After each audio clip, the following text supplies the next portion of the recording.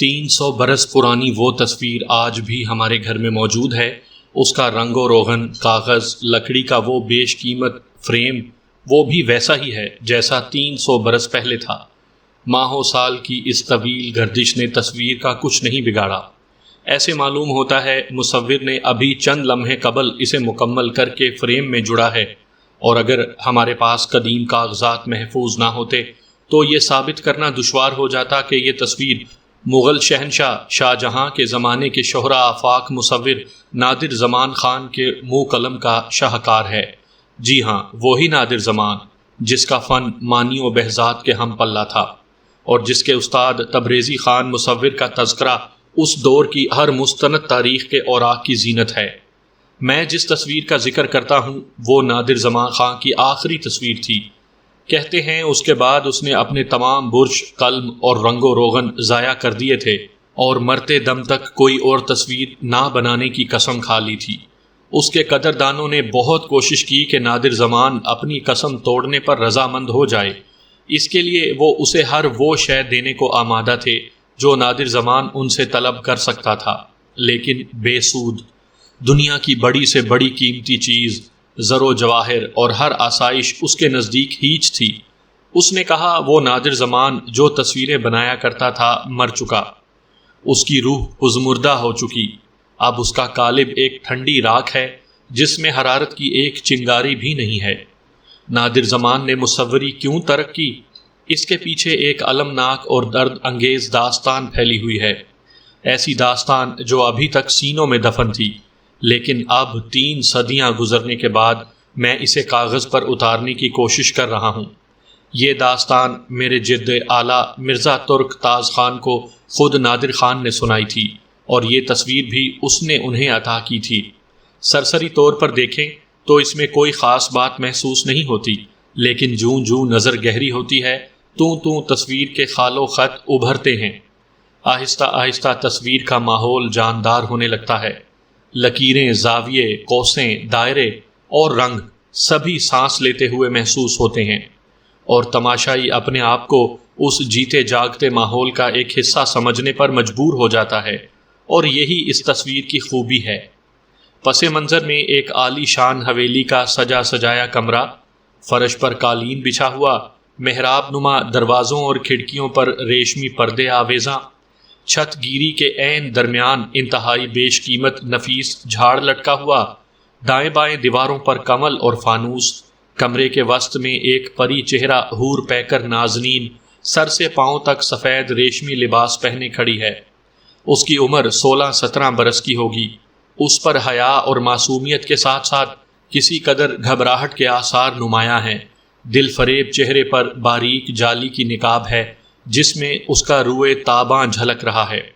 ترشے ہوئے حسین لبوں پر مصور نے نہایت چابک دستی سے کپ کپاہٹ کا وہ جذبہ بھی ہمیشہ کے لیے قید کر دیا ہے جسے دیکھنے کے لیے بہت باریک بینی کی ضرورت ہے۔ پھیلے ہوئے سایوں سے پتہ چلتا ہے کہ جھٹ پٹے کا وقت ہے۔ اس حسین لڑکی کے ہاتھ میں ایک چھوٹا سا نازک شمع دان ہے جس میں شمع جل رہی ہے، اور اس کی روشنی سیدھی اس کے چہرے پر پڑ رہی ہے۔ کچھ فاصلے پر ایک قوی ہیکل ادھیڑ عمر کرخت صورت آدمی سیاہ لباس پہنے موجود ہے۔ اس کی آنکھیں انتہائی چمکدار، ہونٹ خون کبوتر کی مانند سرخ، اور ناک طوطے کی چونچ کی طرح مڑی ہوئی ہے۔ سر پر چھوٹی سی سیاہ پگڑی ہے جس کی کلغی میں ایک نادر ہیرا جڑا ہے۔ اس ہیبت ناک شخص کے دائیں پہلو میں تلوار لٹکی ہے، اور اس کا جڑاؤ دستہ اس کے ہاتھ میں ہے، اور اس کے انداز سے صاف پتہ چلتا ہے کہ وہ میان سے تلوار کھینچنا چاہتا ہے، بلکہ غور سے دیکھا جائے تو تلوار کسی قدر کھینچی ہوئی بھی نظر آ جائے گی۔ اس شخص کے گلے میں موتیوں اور ہیروں کے کئی ہار بھی پڑے ہوئے ہیں۔ ایسے معلوم ہوتا ہے یہ شخص کوئی بڑا مغل عہدے دار ہے۔ چہرے کے نقوش اگرچہ واضح نہیں، تاہم صاف پتہ چلتا ہے کہ اس کا تعلق منگول نسل سے ہے۔ وہی گالوں کی ابھری ہوئی ہڈیاں، وہی بھاری لمبی ناک، وہی موٹے موٹے ہونٹ اور غلافی آنکھیں، لیکن بے حد روشن، ستاروں کی مانند چمکتی ہوئی۔ دیکھنے والا پہلی نظر میں ہی فیصلہ دے دے گا کہ یہ ایک ایسے شخص کا چہرہ ہے جو صفاقی، درندگی اور شقاوت میں اپنے ان آباء و اجداد کا ہم پلہ ہوگا جو مفتوح اور محکوم قوموں کے افراد کی کھوپڑیوں کے مینار اپنی فتح کی یادگار میں تعمیر کیا کرتے تھے، اور جن کی لغت میں رحم، ہمدردی، شفقت اور محبت کے الفاظ کبھی شامل نہیں رہے۔ مصور نے اس کی شبیہ اتارنے میں اپنے فن کا پورا زور صرف کر دیا ہے، اور یہ بات کتنی حیرت انگیز ہے کہ اس نازنین کو دیکھ کر ناظر کے ذہن میں جو پاکیزہ اور اچھے جذبات پیدا ہوتے ہیں، اس مغل عہدیدار کی تصویر پر نگاہ ڈالتے ہی ہوا ہو جاتے ہیں، اور ان کی جگہ نفرت اور حقارت کے جذبات ابھرنے لگتے ہیں۔ کوئی شخص بھی زیادہ دیر تک اس تصویر پر نگاہ جمانے کی تاب نہیں رکھتا، اور یہ حور نازنین فیروزہ تھی، تبریزی خان مصور کی حقیقی بھانجی، جسے اس نے باپ اور ماں بن کر پالا تھا۔ جس زمانے میں طاعون پھیلا اور بے شمار لوگ لقمہ اجل ہوئے، تبریزی خان کا سارا خاندان اس وبا کی لپیٹ میں آ گیا تھا۔ پھر اچانک ایک ایک کر کے سبھی رخصت ہو گئے۔ بھرے پورے گھر میں صرف 2 فرزند بچے، فیروزہ اور تبریزی۔ فیروزہ ان دنوں 5 سال کی تھی۔ تبریزی دل و جان سے اپنی اس ننھی بھانجی کو چاہتا تھا۔ اس نے بڑے ناز و نام میں اس کی پرورش کی اور تعلیم و تربیت سے بھی آراستہ و پیراستہ کیا۔ فیروزہ جوان ہوئی تو جیسے قیامت اپنے ساتھ لے کر آئی۔ بڑے بڑے جاگیردار، روسا اور نواب اس کی طلبگاری کے خواب دیکھنے لگے، یہاں تک کہ عظیم شاہی خاندان کے شہزادوں نے بھی فیروزہ کا ذکر سنا، اور درباری مصوروں نے 100 ہیلوں بہانوں سے اس کی عمدہ سے عمدہ تصویریں کھینچ کر محلوں میں پہنچائیں۔ لیکن تبریزی کوئی معمولی آدمی نہیں تھا۔ سب جانتے تھے کہ وہ شہنشاہ کا منظور نظر مصور ہے، اور اگر اس نے کسی کی شکایت شہنشاہ گیتیز پناہ سے کر دی تو اس کا زن بچہ کولو میں پلوا دیا جائے گا۔ تبریزی جانتا تھا ابھی فیروزہ معصوم ہے، اسے دنیا کی اونچ نیچ، اچھے برے کی تمیز نہیں ہوئی، شعور ذرا پختہ ہو جائے تب اس کی شادی کرے گا۔ لیکن اسے کیا خبر تھی کہ فیروزہ کا دل کبھی کا گھائل بھی ہو چکا، اور تبریزی خان کے نوجوان شاگرد نادر زمان کو وہ روح کی گہرائیوں سے زیادہ چاہنے لگی ہے۔ کچھ یہی کیفیت نادر زمان کی بھی تھی۔ اس نے لاکھ کوشش کی کہ وہ فیروزہ کی طرف مائل نہ ہو، اس کا تصور، اس کا خیال ذہن سے جھٹک دے، مگر بے سود۔ اس کی ہر کوشش بری طرح ناکام ہو چکی تھی۔ وہ خوب جانتا تھا کہ تبریزی خان اپنی بھانجی کی شادی کسی ایسے شخص سے کرے گا جس کی کوئی حیثیت ہو۔ اس حسین لڑکی کے لیے اونچے اونچے مالدار گھرانوں کے اچھے سے اچھے نوجوانوں کی کمی نہیں تھی۔ پھر یہ کیسے ممکن ہے کہ تبریزی خان فیروزہ کا ہاتھ نادر زمان کے ہاتھ میں دے دے، جس کے پاس نہ تو کھانے کو تھا نہ پہننے کو، اور وہ اپنی ضروریات کے لیے ہر طرح اپنے استاد کا محتاج تھا۔ ہاں، یہ الگ بات ہے کہ خود نادر زمان مردانہ حسن و صحت کا بہترین نمونہ تھا، خوش رو، خوش نہاد، خوش اخلاق اور خوش جمال۔ اگر وہ مفلس نہ ہوتا تو بے شک فیروزہ کے لیے وہ بہترین شوہر ثابت ہو سکتا تھا۔ لیکن دولت مند بننے اور نام پیدا کرنے کے لیے بھی بڑی محنت کی ضرورت تھی۔ وہ اپنے کام میں کھو جاتا، دن رات تصویریں بناتا۔ کئی اور شاگرد بھی تبریزی خان سے مصوری سیکھنے اس کے عالی شان مکان پر آیا کرتے، لیکن جتنے ادب اور سعادت مندی سے نادر زمان اپنے استاد سے پیش آتا، ان میں سے کوئی بھی شاگرد پیش نہ آتا۔ یہی وجہ تھی کہ بہت جلد تبریزی خان اس پر اعتماد کرنے لگا۔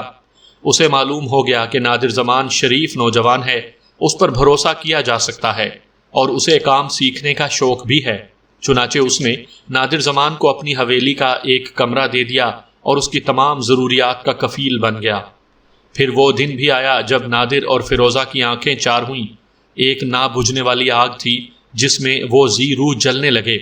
ملاقاتیں بڑھیں، بے تکلفی ہوئی، عہد و پیمان باندھے گئے، ہمیشہ ایک ساتھ رہنے اور مرنے کی قسمیں کھائی گئیں۔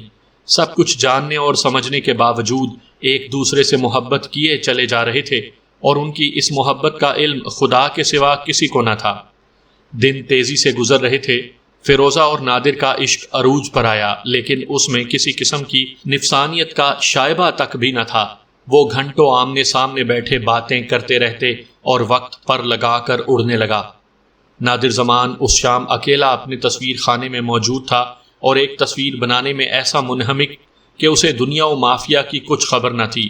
وہ دراصل ایک مغل شہزادی کی تصویر کئی دنوں سے بنا رہا تھا، اور عجیب بات تھی کہ ہمیشہ تصویر میں کہیں نہ کہیں خامی رہ جاتی یا کوئی ایسی غلطی سرزد ہو جاتی کہ پہلا خاکہ رد کر کے دوسرا خاکہ بنانا پڑتا۔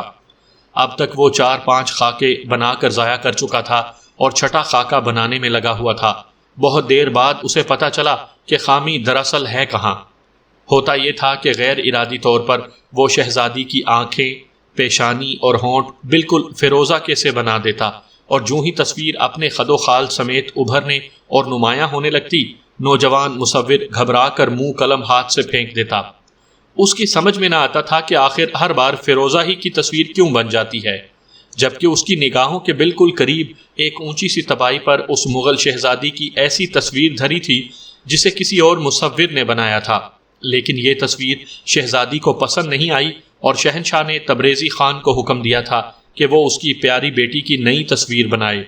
تبریزی خان نے یہ کام نادر خان کے سپرد کر دیا تھا، اور جتنی مہلت اسے دی گئی تھی وہ بس ختم ہی ہونے والی تھی۔ چنانچہ نادر زمان اپنے تمام حواس مجتمع کر کے اور مصمم ارادے کے ساتھ کہ اب فیروزہ کا خیال بھی اپنے پاس پھٹکنے نہ دے گا، نیا خاکہ بنانے میں جسم اور جان کی تمام توانائیوں کے ساتھ مصروف تھا۔ اسے خبر بھی نہ ہوئی کہ کب تبریزی خان کے دوسرے شاگرد رخصت ہوئے، کب سورج غروب ہوا، اور کب حویلی کا بوڑھا ملازم وہ شمعدان روشن کر کے وہاں رکھ گیا جس میں لمبی لمبی سفید 6 شمعیں جلا کرتی تھیں۔ اس دوران میں ایک بار بھی فیروزہ کا خیال نادر زمان کے ذہن میں نہ آیا۔ خاکہ مکمل کرنے کے بعد اس نے تنقیدی نگاہ ڈالی اور یہ دیکھ کر اطمینان کا سانس لیا کہ اس مرتبہ وہ اپنی کوششوں میں 100% کامیاب رہا۔ یہ خاکہ شہزادی کا تھا جو بلا شبہ حسین و جمیل تھی، لیکن فیروزہ کے حسن و جمال کی برابری نہیں کر سکتی تھی۔ نادر زمان نے سرمئی چاک رکھ کر چینی کی پیالی اور ننھا سا برش سنبھالا۔ اس پیالی میں گلابی رنگ تھا اور وہ اب خاکے میں رنگ بھرنے کا آغاز کرنے والا تھا۔ ابھی اس نے 2-3 مرتبہ ہی برش چلایا ہوگا کہ عقب میں ہلکی سی آہٹ سن کر وہ چونکا اور ایک دم مڑ کر دیکھنے لگا۔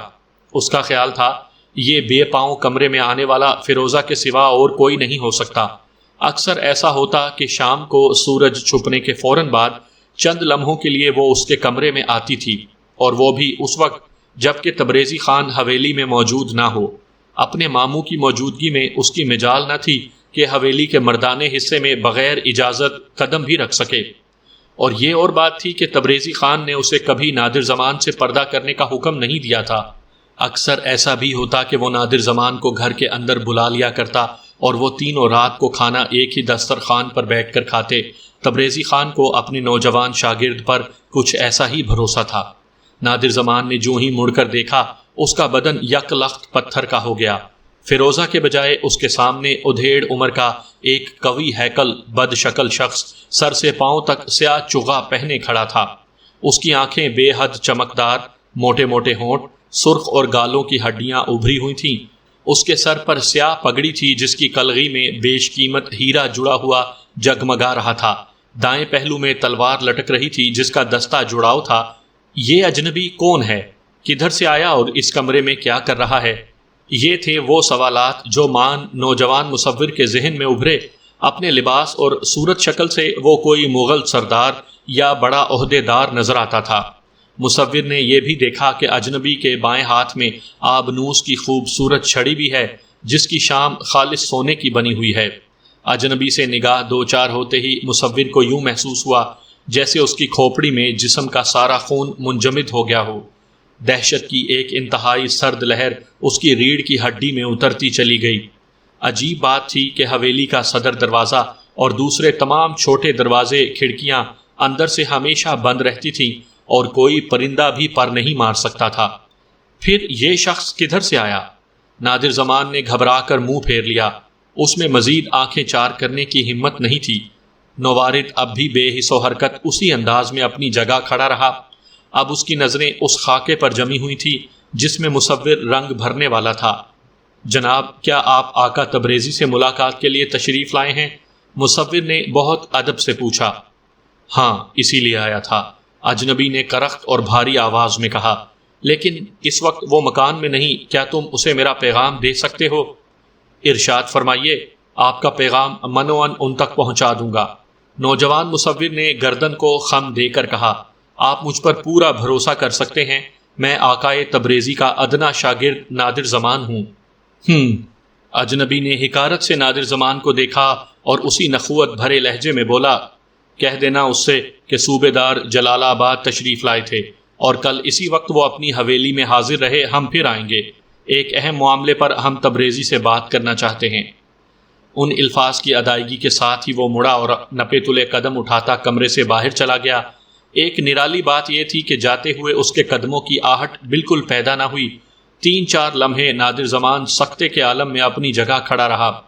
ایسا پراسرار آدمی جیسا یہ جلال آباد کا صوبے دار تھا پہلے کبھی نہ دیکھا تھا۔ اس نے جلدی سے حویلی کے اندرونی صحن کی جانب کھلنے والی کھڑکی سے جھانکا۔ یہاں سے صدر دروازہ بخوبی نظر آتا تھا۔ نادر زمان کا خیال تھا وہ اس مہیب شخص کو باہر جاتے دیکھ سکے گا، لیکن وسیع صحن ویران پڑا تھا، برآمدوں میں سناٹا اور صدر دروازہ اندر سے بند۔ ویسے بھی اسے کھولنا اکیلے آدمی کی قوت سے باہر تھا۔ دروازے کے دائیں پٹ کے نچلے حصے میں بنا ہوا چھوٹا سا کھڑکی نما دروازہ بھی بند تھا۔ نادر زمان نے اب دوڑ کر وہ کھڑکی کھولی جو اس کے کمرے کے بیرونی رخ پر تھی، اور اس کھڑکی سے وہ گلی میں دور تک کا منظر دیکھ سکتا تھا۔ خاصی دیر تک وہ پلک جھپکائے بغیر گلی میں آتے جاتے اکا دکا لوگوں کو دیکھتا رہا، لیکن صوبے دار جلال آباد کا نام و نشان نہیں تھا۔ خدا ہی بہتر جانتا ہے اسے زمین نگل گئی یا آسمان کھا گیا۔ وہ آپ ہی آپ کہنے لگا، کسی صورت وہ میری نگاہوں سے بچ کر باہر نہیں جا سکتا، لیکن وہ پھر گیا کہاں؟ اس سوال نے نادر زمان کو حیران و پریشان کر ڈالا۔ ممکن ہے حویلی اور دروازے کے مابین کوئی خفیہ راستہ بھی ہو، اس نے سوچا۔ ہاں، ایسا ہی ہوگا۔ اس قسم کی عظیم الشان پرانی حویلیوں میں اکثر و بیشتر خفیہ راستے، سرنگیں اور تہہ خانے بنوائے جاتے ہیں تاکہ نازک اوقات میں ان کے ذریعے فرار ہوا جا سکے یا ان میں پناہ لی جا سکے، اور جلال آباد کا یہ صوبے دار یقیناً ایسے ہی کسی خفیہ راستے سے ضرور آگاہ ہے۔ تاہم یہ کتنی غیر مناسب بات ہے کہ کوئی شخص یوں چپ چاپ حویلی میں داخل ہو۔ اور وہ اپنے تصویر خانے سے باہر نکلا۔ اس نے دروازہ بند کر کے لوہے کا بھاری قفل اس میں ڈالا اور کنجی بڑی احتیاط سے اپنے لمبے چوغے کی اندرونی جیب میں رکھی۔ پھر حویلی کے وسیع و عریض صحن کا بغور معائنہ کیا۔ دونوں طرف برآمدوں میں مشعلیں روشن تھیں جن کی روشنی پورے صحن میں پھیلی ہوئی تھی۔ نادر زمان نے دونوں برآمدوں کی سنگین دیواروں کو ہاتھوں سے خوب ٹھوک بجا کر دیکھا۔ اس کا خیال تھا شاید انہی دیواروں میں کہیں خفیہ راستہ موجود ہوگا، مگر بے سود۔ کہیں سے بھی دیوار نے کھوکھلے پن کا ثبوت نہ دیا۔ آخر میں وہ 30 ہاتھ اونچے اور 10 ہاتھ چوڑے صدر دروازے کی طرف گیا، جو لکڑی کے موٹے موٹے شہتیروں سے بنا ہوا تھا اور جس کے اوپر، نیچے اور درمیان میں لوہے کی بھاری چادریں، میخیں پھونک کر لگائی گئی تھیں۔ یہ دروازہ کوئی 150 برس سے اسی طرح کھڑا تھا۔ بہت کم مواقع ایسے ہوتے جب اسے پورا کھولا جاتا، وہ بھی اس وقت کہ کوئی امیر یا وزیر اپنے ہاتھی پر سوار ہو کر حویلی کے اندر آتا، ورنہ آمد و رفت کے لیے بغلی چھوٹے دروازے ہی استعمال کیے جاتے، یا وہ چھوٹا سا کھڑکی نما دروازہ جو بڑے دروازے میں بنایا گیا تھا اور جس میں سے ایک اونچے قد کا آدمی گردن جھکائے بغیر اندر داخل نہیں ہو سکتا تھا۔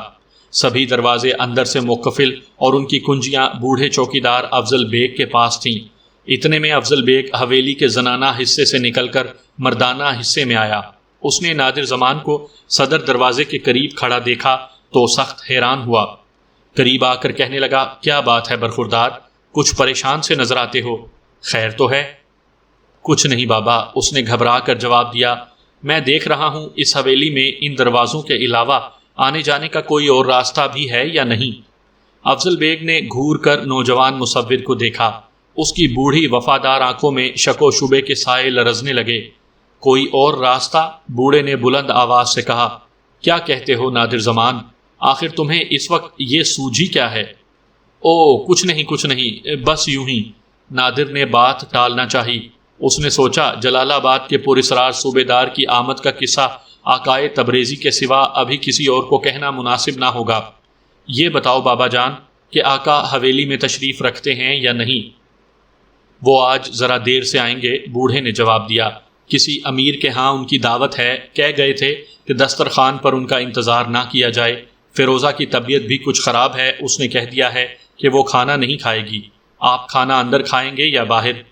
فیروزہ کی طبیعت خراب ہے؟ نادر زمان ایک دم بے چین ہو گیا۔ کب سے؟ ابھی کوئی نصف ساعت گزری ہوگی، بوڑھے نے کہا۔ فیروزہ کو شاید وہ تبریزی سے بھی زیادہ چاہتا تھا۔ وہ بیٹھی ایک کتاب دیکھ رہی تھی، یکا یک اس پر کپ کپی طاری ہو گئی۔ کہنے لگی، بابا مجھے جلدی سے کمبل اڑا دو۔ میں نے اسے کمبل اڑا دیا، کپ کپی پھر بھی نہ گئی۔ تب میں نے ایک اور کمبل اس پر ڈال دیا اور انگیٹھیاں بھی سلگا دیں۔ اس کا رنگ پیلا پڑ گیا تھا اور وہ بار بار کہہ رہی تھی، بابا مجھے کیا ہو گیا ہے؟ میرا دل کیوں بیٹھا جا رہا ہے؟ میں وہاں سے آ کر تمہیں بتانا چاہتا تھا، لیکن فیروزہ نے مجھے اپنے پاس سے ہلنے بھی نہ دیا۔ پھر وہ آپ ہی آپ بڑبڑانے لگی، بابا خدا کے لیے یہاں سے نہ جاؤ، اگر تم چلے گئے تو وہ یہاں آ جائے گا۔ اس وقت وہ مکان میں موجود ہے، مجھے اس سے ڈر لگتا ہے، وہ بہت خوفناک ہے۔ بابا یہاں سے نہ جانا، مجھے تنہا مت چھوڑنا۔ فیروزہ کی یہ حالت دیکھ کر میں بے حد خوف زدہ ہوا۔ اس کے اندر سے کوئی اور ہی آواز آ رہی تھی۔ دفعتاً وہ پرسکون ہو گئی، کپ کپی جاتی رہی۔ اس نے کمبل اتار کر پرے پھینک دیے اور ناراض ہو کر بولی، یہ دہکتی انگیٹھیاں یہاں کس لیے لائی گئی ہیں؟ انہیں فوراً ہٹا دو۔ میں نے حکم کی تعمیل کی، اب وہ بستر میں لیٹی بے خبر سو رہی ہے۔ سامعین کرام، آپ سن رہے ہیں ایک خوفناک اردو کہانی، آخری تصویر۔ یہ اس سلسلے کی پہلی قسط ہے۔ مجھے امید ہے آپ کو میری یہ کاوش پسند آئے گی۔ آپ نے اگر ابھی تک میرا چینل مائی وائس سبسکرائب نہیں کیا تو ابھی میرے چینل کو سبسکرائب کر کے بیل نوٹیفیکیشن آن کر لیجئے تاکہ آنے والی ہر نئی کہانی کی اطلاع بر وقت آپ تک پہنچ سکے۔ نادر زمان دم بخود یہ کہانی سنتا رہا۔ بوڑھے افضل بیگ کے ہر جملے پر اسے اپنے دل کی دھڑکن بند ہوتی ہوئی محسوس ہوئی۔ کوئی اس کے قلب کی اتھاہ گہرائیوں سے پکار رہا تھا، فیروزہ، فیروزہ۔ افضل بیگ کے ساتھ وہ پہلی بار فیروزہ کی خوابگاہ میں داخل ہوا تو اس کا تمام بدن مارے ہیبت کے پسینے میں تر تھا۔ ایک خوبصورت چھپر کٹ پر مخملی گدوں اور ریشمی چادروں میں لپٹی ہوئی اس کی محبوبہ خواب ناز کے مزے لوٹ رہی تھی۔ اس کے معصوم چہرے پر سکون تھا اور کسی خوشگوار خواب کے زیر اثر اس کے لب مسکرا رہے تھے۔ نادر زمان مطمئن ہو کر دبے پاؤں اپنے کمرے میں لوٹ گیا۔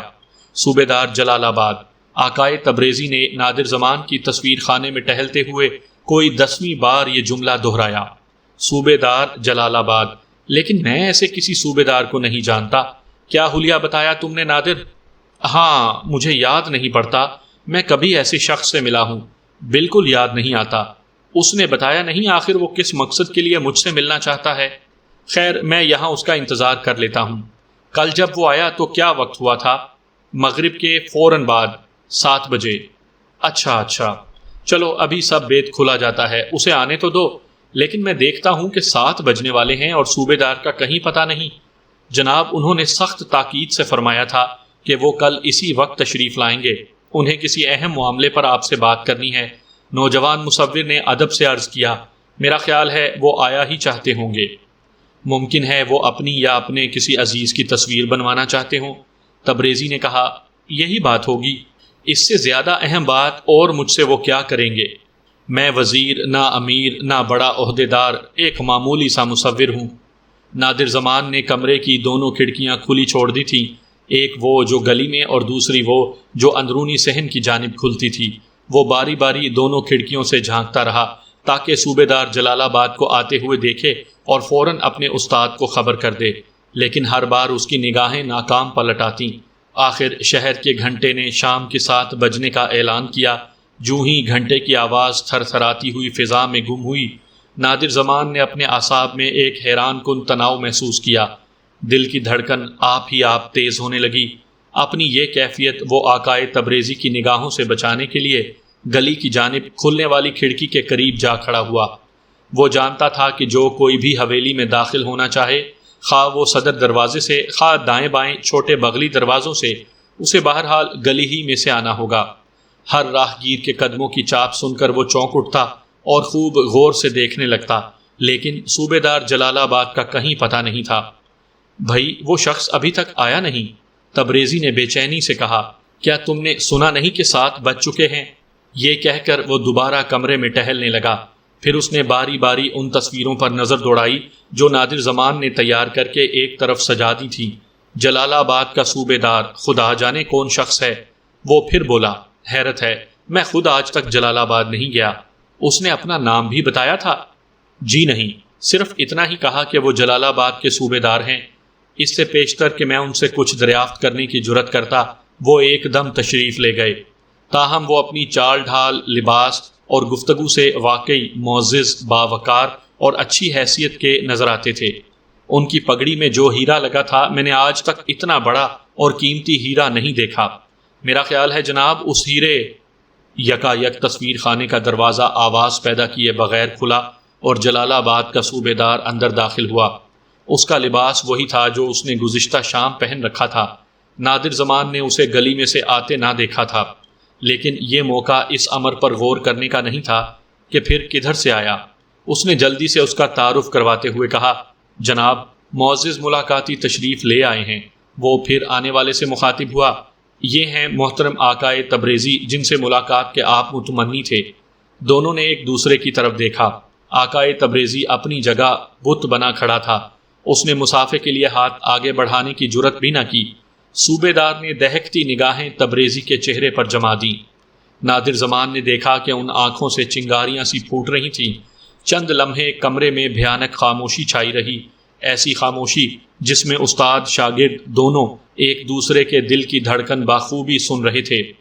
آقائے تبریزی، مجھے تم سے ایک ضروری بات کرنا ہے، نوارد نے بھاری تحکمانہ لہجے میں کہا۔ فرمائیے جناب عالی، میں ہمتن گوش ہوں، لیکن کیا یہ مناسب نہ ہوگا کہ آپ میرے ساتھ دوسرے کمرے میں تشریف لے چلیں؟ وہاں آپ کے تشریف رکھنے کا شایان شان انتظام ہے۔ آقائے تبریزی نے مروب ہو کر بھرائی ہوئی آواز میں درخواست کی۔ صوبے دار نے بے پرواہی سے ہاتھ ملاتے ہوئے کہا، نہیں، وہ بات یہی ہوگی اور بیٹھنے کے لیے میرے پاس وقت نہیں، مجھے فوراً واپس جانا چاہیے، سمجھے؟ سمجھ گیا علی جا، حکم فرمائیے، میں ہر خدمت کے لیے حاضر ہوں، تبریزی نے تھر تھر کانپتے ہوئے کہا۔ چند لمحوں کے اندر اندر اس کی حالت میں ایک عظیم تغیر رونما ہو چکا تھا۔ اب وہ صوبے دار کے سامنے ادنا غلام کی طرح دست بستہ کھڑا تھا۔ حالانکہ آقائے تبریزی وہ شخص تھا جو شہنشاہ کے سوا کسی کے سامنے جھکنا تو جانتا ہی نہ تھا۔ بڑے بڑے آدمیوں کو اپنے دروازے سے یہ کہہ کر لوٹا دیتا کہ ملاقات کی فرصت نہیں، یوں بھی اپنے زمانے کا لاسانی مصور تھا اور اسے خوشامد، تملق اور چاپلوسی سے فطری طور پر نفرت تھی۔ مگر اب وہی تبریزی ایک معمولی صوبے دار کے سامنے پالتو کتے کی طرح دم ہلا رہا تھا۔ یہ سب باتیں نادر زمان کے ذہن میں ایک دم آئیں اور گزر گئیں۔ خود اس کی بھی باطنی حالت تبریزی سے کم نہ تھی۔ صوبے دار جلال آباد کی شخصیت کا رعب اس پر بھی تو بیٹھ چکا تھا۔ کیا حضور سے مجھے پہلے بھی ملاقات کا شرف حاصل ہوا ہے؟ تبریزی نے گردن جھکائے ہوئے پوچھا۔ نہیں، یہ پہلا موقع ہے کہ تم ہمیں دیکھ رہے ہو۔ صوبے دار مسکرایا، مگر اس کی آواز میں ابھی تک ویسا ہی تحکم تھا جیسے وہ مخاطب کو اپنا زر خرید غلام سمجھتا ہو۔ ہم تمہیں اپنے علاقے میں بھی طلب کر سکتے تھے، لیکن پھر ہم نے یہی مناسب سمجھا کہ خود تمہارے پاس جائیں۔ بات ہی کچھ ایسی ہے تبریزی۔ میری بڑی خوش نصیبی ہے عالی جا کہ آپ نے غریب خانے پر قدم رنجا فرمایا۔ بے تکلیف ارشاد فرمائیے، میں کیا خدمت بجا لاؤں؟ صوبے دار نے نادر زمان کی طرف دیکھا جو اب حد درجہ خوف زدہ ہو کر اپنے آقا کی پشت پر جا کھڑا ہوا تھا۔ تبریزی، کیا یہ نوجوان قابل اعتماد ہے؟ بے شک سرکار، یہ میرا نہایت ہونہار شاگرد نادر زمان ہے اور ہر طرح بھروسے کے قابل ہے۔ بہت خوب، صوبے دار نے کہا اور اپنے لبادے میں ہاتھ ڈال کر ہاتھی دانت کا بے حد نازک اور بیش قیمت ڈبہ برآمد کیا۔ اس میں کچھ جواہرات اور زیور ہیں، اس نے بھاری آواز میں کہا۔ اس نوجوان کو حکم دو کہ ابھی یہ ڈبہ لے کر کسی اچھے جوہری کے پاس جائے اور ان تمام زر و جواہرات کی مالیت کا اندازہ کروا کر واپس لائے۔ جتنی قیمت بھی ان کی لگے وہ ایک کاغذ پر لکھی ہونی چاہیے۔ یہ کہہ کر اس نے تبریزی کی طرف ڈبہ بڑھا دیا۔ اس نے بڑے ادب سے دونوں ہاتھوں میں اسے تھام لیا۔ اب وہ صوبے دار جلال آباد سے بے حد مروب ہو گیا تھا۔ ایسے معلوم ہوتا تھا کہ پورا ڈبہ جواہرات اور سونے کے زیورات سے بھرا ہے۔ تبریزی نے ڈبہ کھولے بغیر نادر زمان کی طرف بڑھا دیا اور صوبے دار کے الفاظ دہرا دیے۔ نوجوان نے اپنے چوغے کے اندر ڈبہ چھپا لیا اور گردن کو خم دے کر دروازے سے باہر نکلا۔ اس کے ہاتھ اور پیر بری طرح لرز رہے تھے۔ اسی کیفیت پر قابو پانے کی ہر کوشش ناکام ہو رہی تھی۔ ایسے لگتا تھا جیسے کوئی بدروح اس کے تعاقب میں ہے۔ حویلی سے باہر نکل کر اس کے حواس کچھ قابو میں آئے اور ذہن کام کرنے کے قابل ہوا۔ وہ حیران تھا کہ صوبے دار جلال آباد کیا اسی اہم بات کے لیے تبریزی کے پاس آیا ہے؟ آخر اپنے اس زر و جواہرات کی قیمت وہ خود بھی کسی جوہری سے لگوا سکتا تھا۔ پھر اس نے آقائے تبریزی کو اس کام کے لیے کیوں منتخب کیا؟ نادر زمان جتنا اس سوال پر سوچتا اتنا ہی پریشان ہونے لگتا۔ یہ ایسا معاملہ تھا جو اس کے لیے ناقابل فہم ثابت ہو رہا تھا۔ 2-3 بازاروں سے نکل کر وہ ایک چھوٹی سی تنگ گلی میں داخل ہوا جہاں فانوسوں اور مشعلوں کی روشنی میں گویا دن نکلا ہوا تھا۔ یہ شہر کا صرافہ بازار تھا اور نامی گرامی جوہریوں کی دکانیں یہی تھیں۔ ان میں سے کئی جوہری اسے اچھی طرح جانتے پہچانتے تھے کیونکہ وہ ان کی تصویریں بنا چکا تھا۔